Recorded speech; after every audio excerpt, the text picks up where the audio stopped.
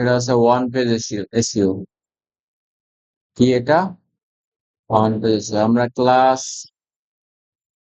2 তে শিখছিলাম না এসইও কয় ধরনের? 3 প্রকার, একটা ওয়ান পেজ আর একটা টেকনিক্যাল। তো আজকে শিখবো হচ্ছে অন পেজ। তো অন পেজে কি কি থাকে মূলত?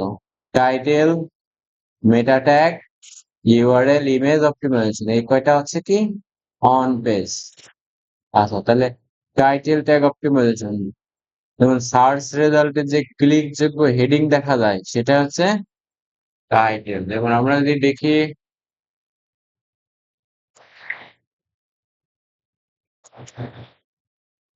আইফোন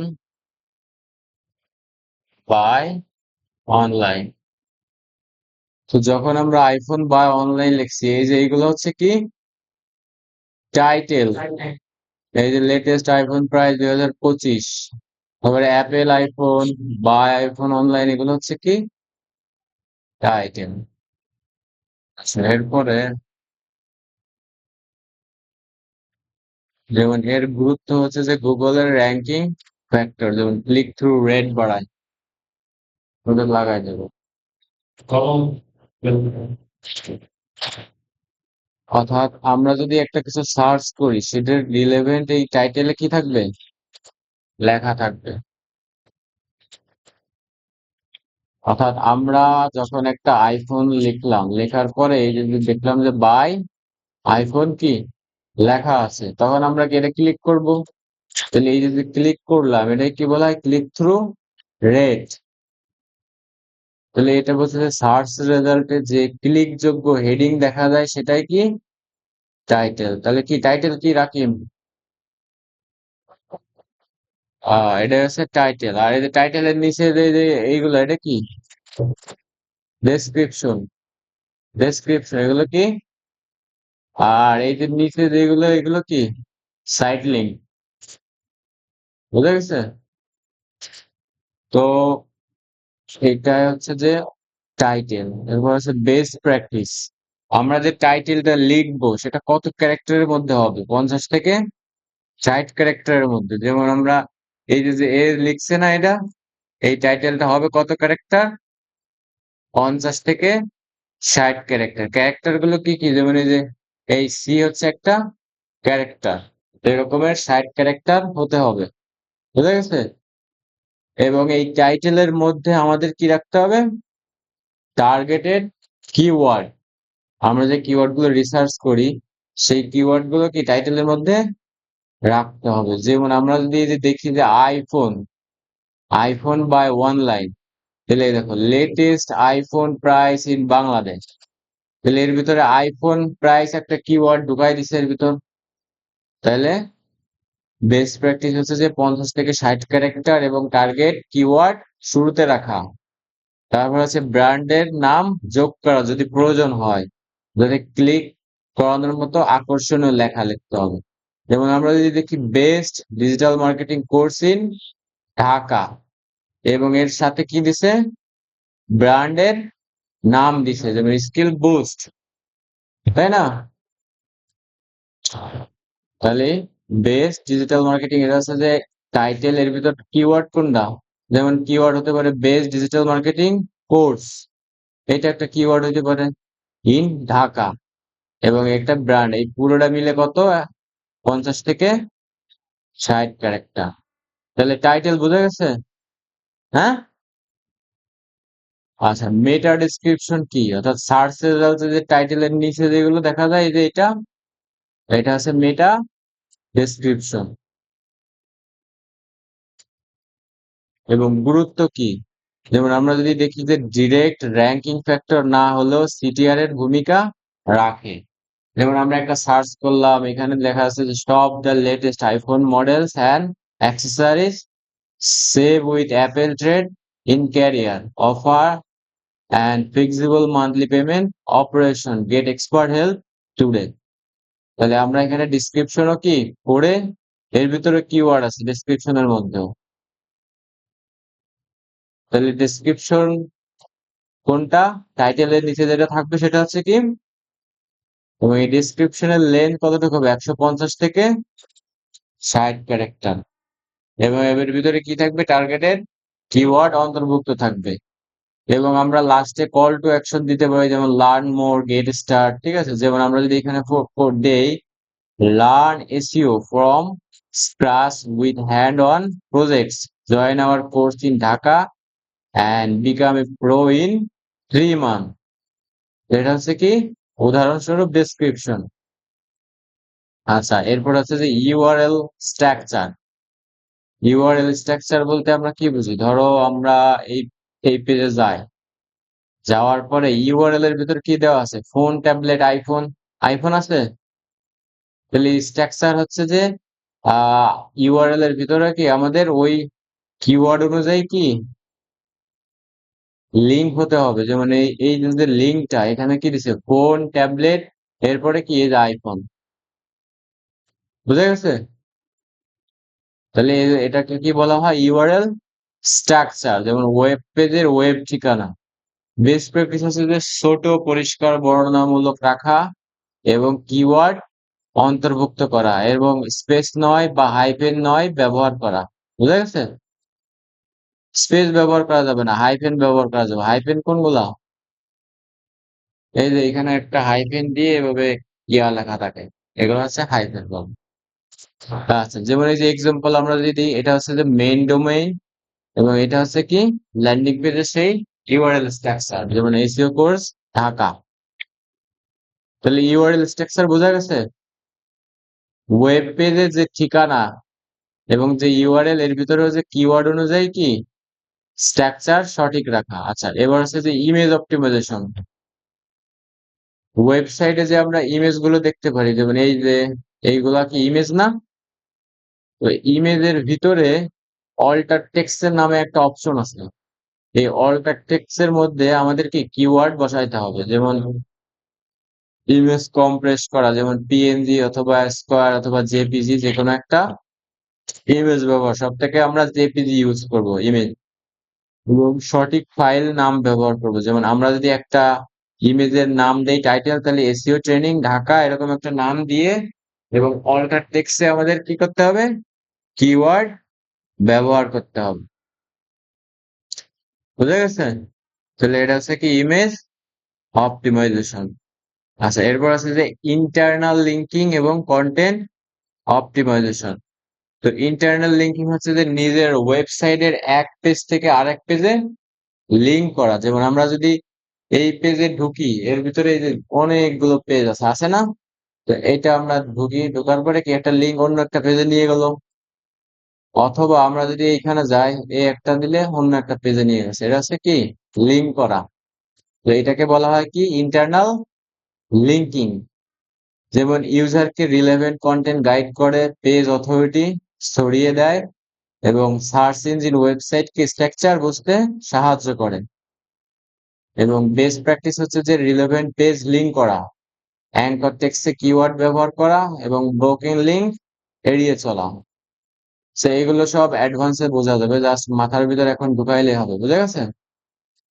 আচ্ছা কন্টেন্ট অপটিমাইজেশন কন্টেন্ট বলতে আমরা কি বুঝি যে একটা ল্যান্ডিং পেজের ভিতরে যে ইনফরমেশন গুলো থাকে সেগুলো হচ্ছে কি কন্টেন্ট এবং কন্টেন্ট এসইও ফ্রেন্ডলি এলিমেন্ট যোগ করা যাতে সেটা সার্চ ইঞ্জিনে কি করা উভয়ের জন্য উপযোগী হয় যেমন আমরা যদি দেখি যে কিওয়ার্ড সঠিকভাবে ব্যবহার করা যেমন কিওয়ার্ড ডেনসিটি বলতে আমরা কি বুঝি একটা ল্যান্ডিং পেজে আমাদের যদি টার্গেটেড কিওয়ার্ড থেকে 3 থেকে 5 বারের বেশি কি ইউজ করা যাবে না একটা কিওয়ার্ড ঠিক আছে সেই ডেনসিটি মেইনটেইন করতে হবে যেমন 1% ডেনসিটি থাকে এরপর আছে heading tag H1 H2 H3 গত ক্লাসে দেখাইছিলাম না H1 H2 কোনগুলো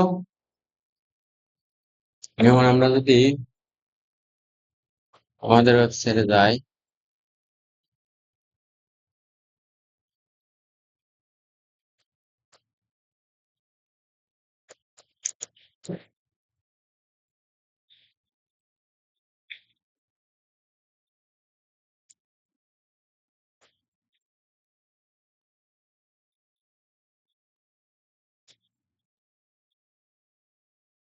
তো আমরা যদি একটা ল্যান্ডিং পেজে আসি এটা হচ্ছে কি H1 হেডিং প্রথম যে টাইটেলটা থাকবে এটা কি H1 হেডিং, এরপর আছে ডেসক্রিপশন থাকতে পারে, এরপরে দ্বিতীয় টাইটেল H2 হবে, তৃতীয়টা H3 হবে, H4 হবে, এইভাবে কি হবে H1 H2 H3 টাইটেল থাকবে এবং এর ভিতরে কি থাকতে হবে কিওয়ার্ড বসাইতে হবে, কিওয়ার্ড আকারে টাইটেল অথবা ডেসক্রিপশন লিখতে হবে।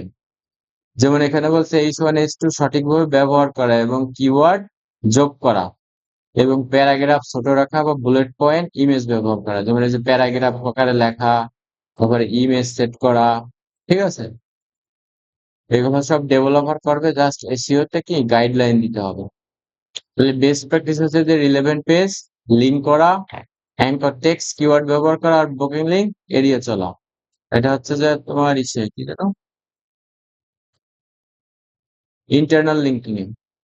আর কন্টেন্ট অপটিমাইজেশন হচ্ছে যে যদি best coffee shop in Dhaka হয় তাহলে এই সনে কি হবে best coffee shop in Dhaka.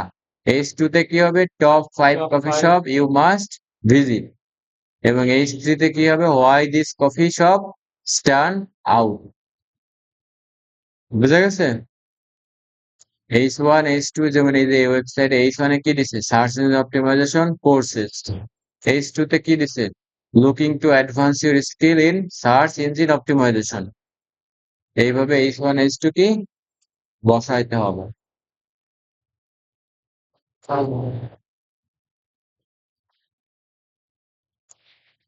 আচ্ছা 9 নম্বরে আমরা যেটা দেখবো হ্যান্ড ওয়ান প্র্যাকটিস অর্থাৎ ব্লগ পোস্টে এসইও।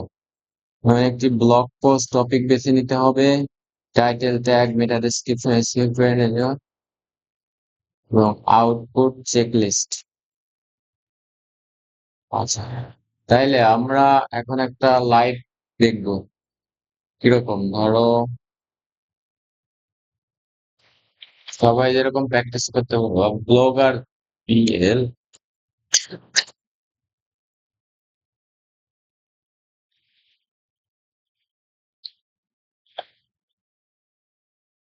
সবাই এখানে অ্যাকাউন্ট খুলতে পারো blogger.com। তো আমরা যদি যাই একটা পেজ আমরা লিখছি, এখানে কি করছি প্রথমে যে টাইটেল দিছি কি শপিফাই গুগল অ্যানালিটিক্স 4, এরপর একটা ইমেজ দিছি, এরপরে এখানে একটা হেডিং দিছি, এটা হচ্ছে কি H1 এবং এখানে আমরা do you need GA for expert, এখানে আমরা লিঙ্কিং করে দিচ্ছি যে আমাদের প্রোফাইল, ঠিক আছে। দেওয়ার পরে এখানে একটা ছোট প্যারাগ্রাফ লিখছি, লেখার পরে দ্বিতীয় হেডিং হচ্ছে এইটা, এটা হচ্ছে দ্বিতীয় হেডিং। আমরা এই যে এখান থেকে হেডিং শেষ করতে পারি।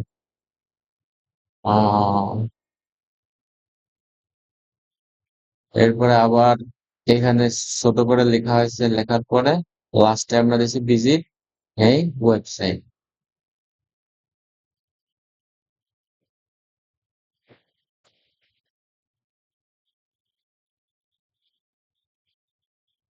তাহলে অন পেজ বোঝা গেছে? হুম। তাহলে প্রথমে আমাদের কি ঠিক করতে হবে title, meta tag, URL, image optimize. আচ্ছা তাহলে আমরা একটা লাইভ ওয়েবসাইটে যাই, যেমন ধরো আমরা হ্যাপি পান্ডাতে গিয়ে আমরা এই ওয়েবসাইটে ঢুকি, হ্যাপি ড্যাশ অ্যাড।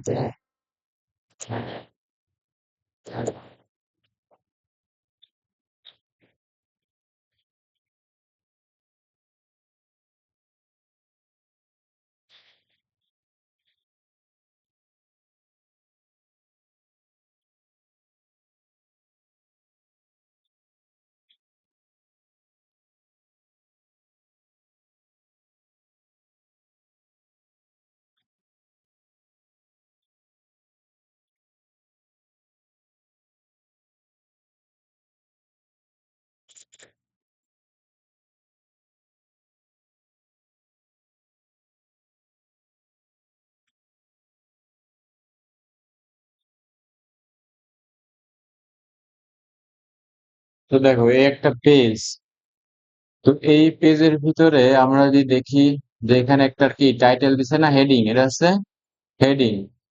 এরপরে এখানে ডেসক্রিপশন লিখছে, এখানে এগুলো হচ্ছে কল টু অ্যাকশন বাটন। একটা ফর্ম দিছে এখানে, আবার হেডিং 2 দিছে, এরপরে ছোট আকারে প্যারাগ্রাফ আকারে সুন্দর সুন্দর সার্ভিস গুলো দিছে, এরপর আরেকটা হেডিং দিছে, এখানে আরেকটা হেডিং, এখানে রিভিউজ দিছে, ঠিক আছে। এই একটা হেডিং, এই যে ডেসক্রিপশন। তো মূলত আমরা যে টাইটেল ডেসক্রিপশন সাধারণত এই পেজে এগুলো শো করে না, শো করে কোথায়? ওয়েবসাইটের ব্যাক এন্ডে। আমরা যদি ব্যাক এন্ডে ডাটা দেখি, যেমন আমরা যদি এটাতে এডিটে যাই,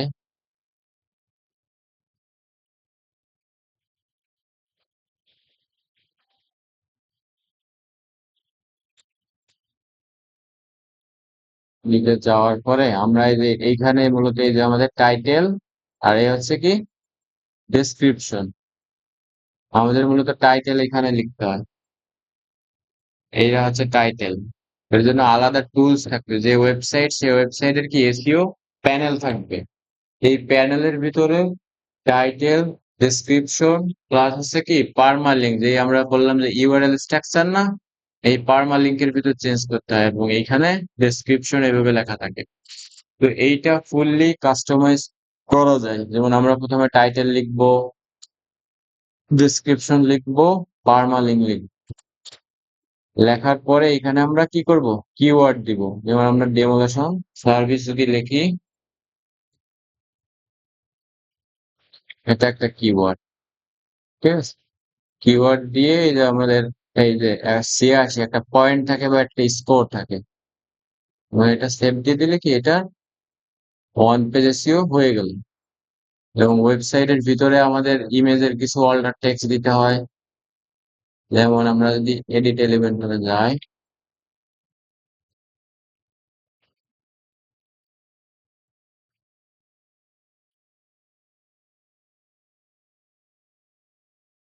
আপাতত আমি যেটা বলি, অ্যাডভান্সটা যদি মাথায় ঢোকে না তাহলে বুঝবা না। জাস্ট মাথার মধ্যে ওয়ান পেজ এসইওর মধ্যে আমাদের মেন যে কাজগুলো, একটা আছে title, meta tag, URL, image optimization. তাহলে টাইটেল কোনটা? ওয়েবসাইটে যেটা আমরা দেখি যে সার্চে, ওটা আছে টাইটেল, নিচেরটা আছে ডেসক্রিপশন। আচ্ছা, এটা ধরো ওয়েবসাইটের ব্যাক এন্ড, ঠিক আছে। ব্যাক এন্ডে আমরা যদি দেখি এখানে, এইটা হচ্ছে যে এই যে H1 দেখা যাচ্ছে স্ক্রিন, এটা হচ্ছে H1 এবং এখানে ডেসক্রিপশন দিছে, কল টু অ্যাকশন বাটন দিছে। তো আমরা যখন অ্যাডভান্সে যাব, যাওয়ার পরে